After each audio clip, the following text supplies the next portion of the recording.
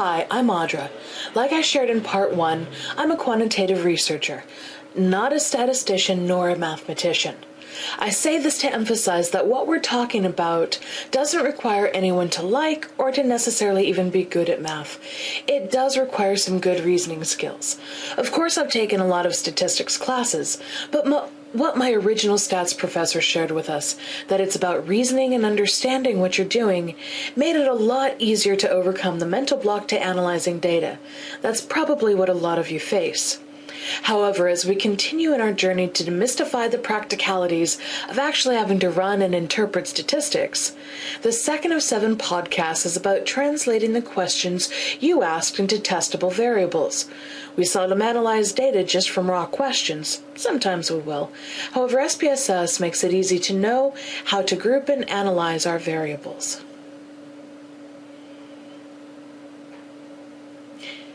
There are 2 assumptions that we have to make before we move forward. First, that you're already familiar with your research methods. This podcast series isn't about teaching you what research methods are and how to approach research. You should already know that before you start watching these. Second, you have a data set that you're trying to work with. The series is designed so that you watch some podcast material and then try it yourself, pausing as you go along.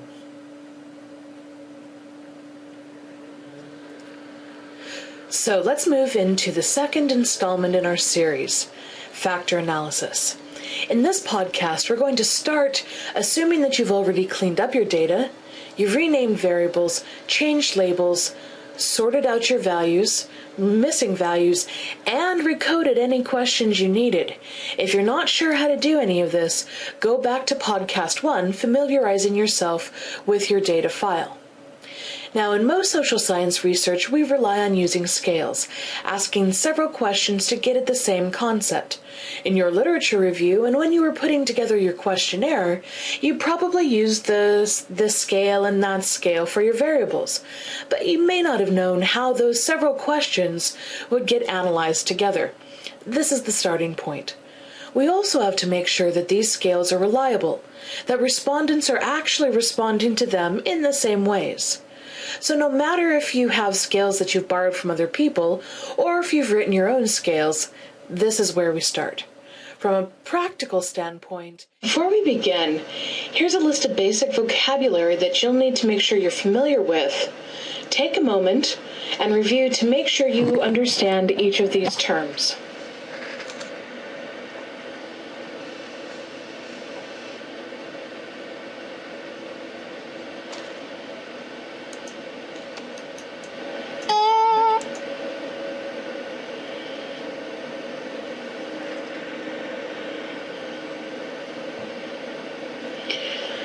Paired sample t-tests are a great way to see if there's a change or difference between 2 related sets of results. For example, in a lot of experimental research, we have a pre-test and a post-test measure of the same variable. We want to know, as the starting point, is whether or not there's a meaningful or statistically significant difference in people's attitudes from the pre-test measurement to the post-test measurement. This would also work if you're directly comparing 2 different groups' response to the same kind of a question. Now, these are some examples of research questions and hypotheses that would be appropriate to paired sample t-tests. Also, take a note of the requirements for paired sample t-tests to work. First is that the variance of the samples is equal, the same numbers 1 through 5, 1 through 7, or so on. And second, both variables are scale or continuous variables.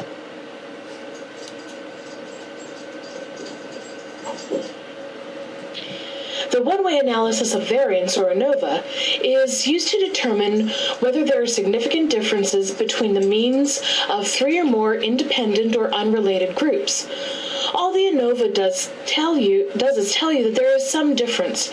In order to know where the differences are, you have to run a post hoc test. Now, the only difference between ANOVA and ANCOVA is that there are control variables that you consider. For example, you might be interested in how nationality affects people's attitudes. However, there might be previous literature to suggest that gender and age affects people's attitudes. With ANCOVA, you can ask the same kind of questions that you do with ANOVA, but just ask, taking into consideration these other variables we know affect people's attitudes, does our variable of interest also affect them? So here are examples of research questions and hypotheses. And in order for the ANOVA and ANCOVA to work, the independent variables have to be categorical, the dependent variable has to be scale, and while you can have multiple independent variables, you can only have one dependent variable.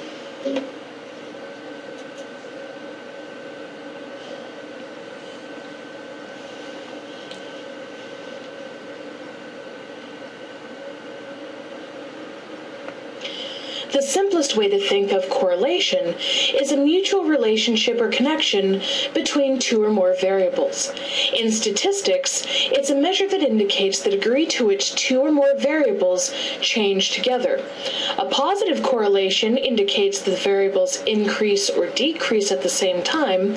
A negative correlation indicates that as one of the variables increases, the other decreases, and vice versa. Correlation is a gateway into regression. Before you run a regression, you need to know whether the variables are actually related. So in correlation and regression, both the independent and dependent variables are scale or continuous. Sometimes this can pose a challenge. You may really want to run a correlation or regression, but one of your key independent variables might be categorical, like gender or ethnicity. Don't worry, there's an easy solution for this, and I'll demonstrate that at the end by showing you the SPSS method for recoding your variables into a new one. For now, though, let's take a look at some basic research questions and hypotheses to answer.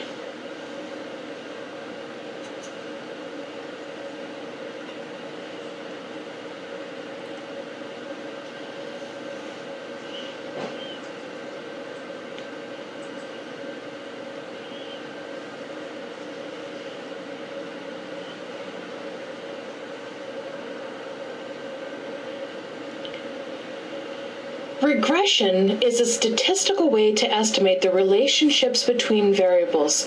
That is, to identify how much of an impact a particular independent variable might have on a dependent variable. Regression is based on the same kind of principles as correlation, so before you can ask the question of how much of a relationship there is, you have to know there's already a relationship. This is why correlation and regression run hand in hand. You first establish correlations between the variables of interest, then you identify a causal relationship. So where correlation gives us no cause, regression does. Regression has an advantage over ANOVA in that it's much easier to identify how much of your independent variables account for changes in your dependent variables. ANOVA is a bit of a blunt instrument that tells you whether there's an effect and how big the effect is. However, if you think about it like a pie, regression can tell you exactly how much of the pie you can account for with your independent variables. So it's probably the most sensitive and powerful basic test that we run in statistics. Here are some examples of the research questions and hypotheses, along with the requirements. Again, all variables have to be scalar or continuous. You need to have an established positive or negative relationship, and the IVs and the DVs are clearly designated.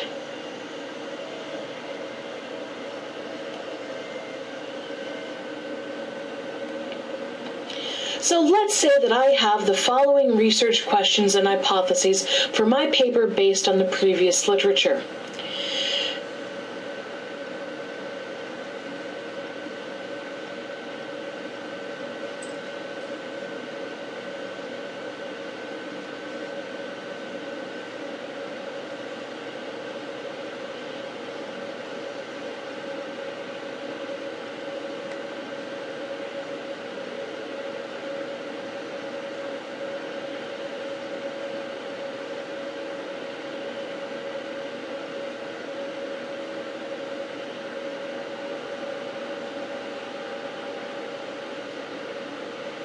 Which test should I use?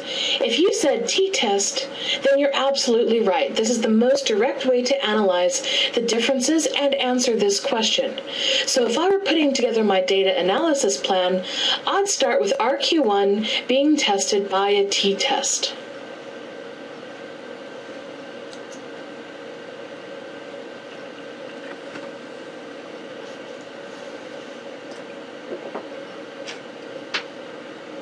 Now, how about this hypothesis and research question?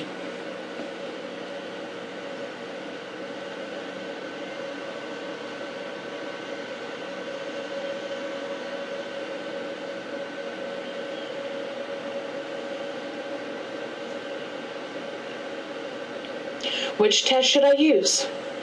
If you said ANOVA, you're right.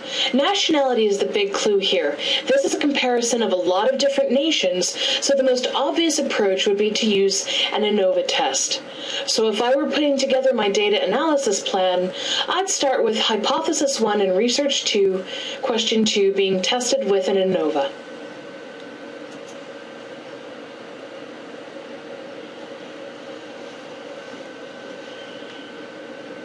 Now let's take a look at research questions 3 and 4.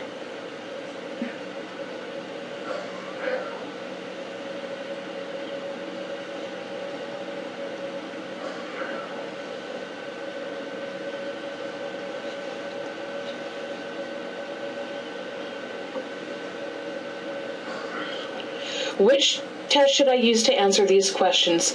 Now this one's a little bit of curveball. If you said correlation, you're partly correct. Before we could do anything else, we'd have to establish if these variables were related or not.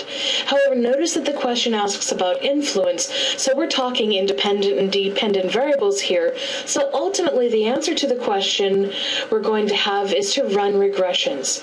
Now, how do you know whether these are scale or categorical? Well, you might not because you don't know the data.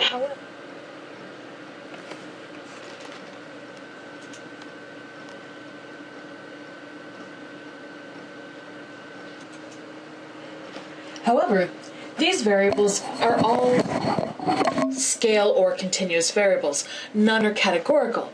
So with your own data, when you're making a decision as to whether to run ANOVA or regression, you need to know whether your independent variables are continuous or categorical. So if I were putting my data analysis plan together, I'd start by running correlations on these variables and then the regression. Once you have your data analysis plan together, you can start running tests. However, what happens if you have both categorical and continuous data that you want to test? Well, you can answer your research questions or test your hypotheses with separate tests. That's often a little bit inelegant and doesn't give you an overall picture as to what's going on with your data. So the best way to approach it is to either make all of your independent variables for a particular test categorical or continuous. How do you do this? Well, there's a procedure in SPSS called recoding data into different variables, and I'm going to show you how to do that in just a moment. However, there's a little trick to save you some time to begin with. If you have categorical data that only has two levels, for example, male and female or yes and no, you can simply treat this as scale data. Scale or continuous data means that there's a range and between the lowest and the highest of the means. So two-level variables can literally have a range of means between the two options, just like Likert scale data can have a range between 1 and 7. So if you have a two-level categorical variable, you can just treat them as scale data to run t-tests, correlations, and regressions. Also, if you have categorical data that goes either up or down in a meaningful way at regular intervals, you can treat that as scale as well. For example, when we ask respondents' income on questionnaires, we don't typically ask them to type in their exact income. We ask for categories. However, those categories typically go up at regular intervals, and those intervals are meaningful. Likewise, we typically do this with variables like education or level of education. So we could treat any categorical variable where there's genuinely a meaningful difference between the lower numbers and the higher numbers as scale as well. This can save you some time and recoding hassle. But how do we recode the data into different variables? Let's take the case of ethnicity. We may have several different ethnicities that we want to compare, yet most of our variables might be scale variables, and so we know that we need to add nationality into the mix for our correlations and regression, but there's obviously no meaningful difference in numbers between, let's say, Chinese, American, and Bulgarian being a 1, a 2, or a 3. So we also have more than 2 ethnicities, so the trick of the 2-level variable doesn't work. Here's how we do it. It's called dummy coding. You're creating a continuous variable by highlighting one group that you're interested in and comparing them to all others. So let's get into our SPSS file. If you have the categorical variable that you're trying to recode into the continuous variable, then you need to go to the variable of interest. So in our case, this would be the ethnicity, what country you're from. And you want to make sure that you know what numbers are assigned to which groups. So in our case, we were looking for Bulgaria, China, and the United States. So we measured 10 different countries. So I would need to know that Bulgaria was a 1, China was a 2, and Americans were a 9. So once you've checked these out and made note of them, hit cancel because you don't want to change anything. Next, we go up to transform, and then we choose the option to recode into different variables. Find your variable of interest, so nationality, in our case, and click it from the left to the right. Then you'll see a prompt for output variable and label. Now what we're going to do is create our first continuous variable. So we have to take this one nation at a time. So let's begin with Bulgaria. So we'll go Bulgaria. And because it's short, we can keep that for both the name and the label as well. Then click change, and we see that pop up here. Next, we go into old and new values. And so let's assign, when you're running your test statistics, one quick note is it's easier for most people to think about things in a positive way. So if you're looking at Bulgarian, when you dummy code it, it's typical for the group of interest to be the 2 and all others to be the 1. Now, this is a matter of personal preference, so long as you're consistent with any dummy variables that you code and that you keep track of those, entering them in as labels later. So Bulgaria was a 1 in our old value. We assign it to 2 in our new one, and we add, just like we did when we were changing variables. Now, what we want to do is you can either enter all the other variables one at a time. So for example, 2 would go to a 1, but that takes a little bit of extra time. If you have a range, then you can just click this range button. So we've already entered 1 and 2. Let's go 3 through 10 was our other. And we're all putting them as variable 1, add, and so we take a look and we double check that everything is correct. Then we simply click continue. And then you're back at your original pop-up box and you click OK. Our output box comes up. And so we want to be sure both to save our new output, if it's useful, if we have other things in there, but definitely we want to make sure that we save our data. Now, you will need to follow the same procedure for each of the dummy coded variables. So we should do the same thing. We should change Chinese respondents to 2 and all others to 1. And then the same thing would follow with American respondents to 2 and all others to 1. Now, you could use nationality in correlation and regression, but what you would have is each nationality being compared one at a time. And that's perfectly fine when we get into our correlations and regressions, and we'll cover that in one of our later podcasts. And that's the end of podcast 3. You should make sure that you create your data analysis plan now and ensure that all of your data is ready to analyze, because from here out, I'll be demonstrating the 4 types of tests and how to report them: t-tests, ANOVA and COVA, correlation, and regression.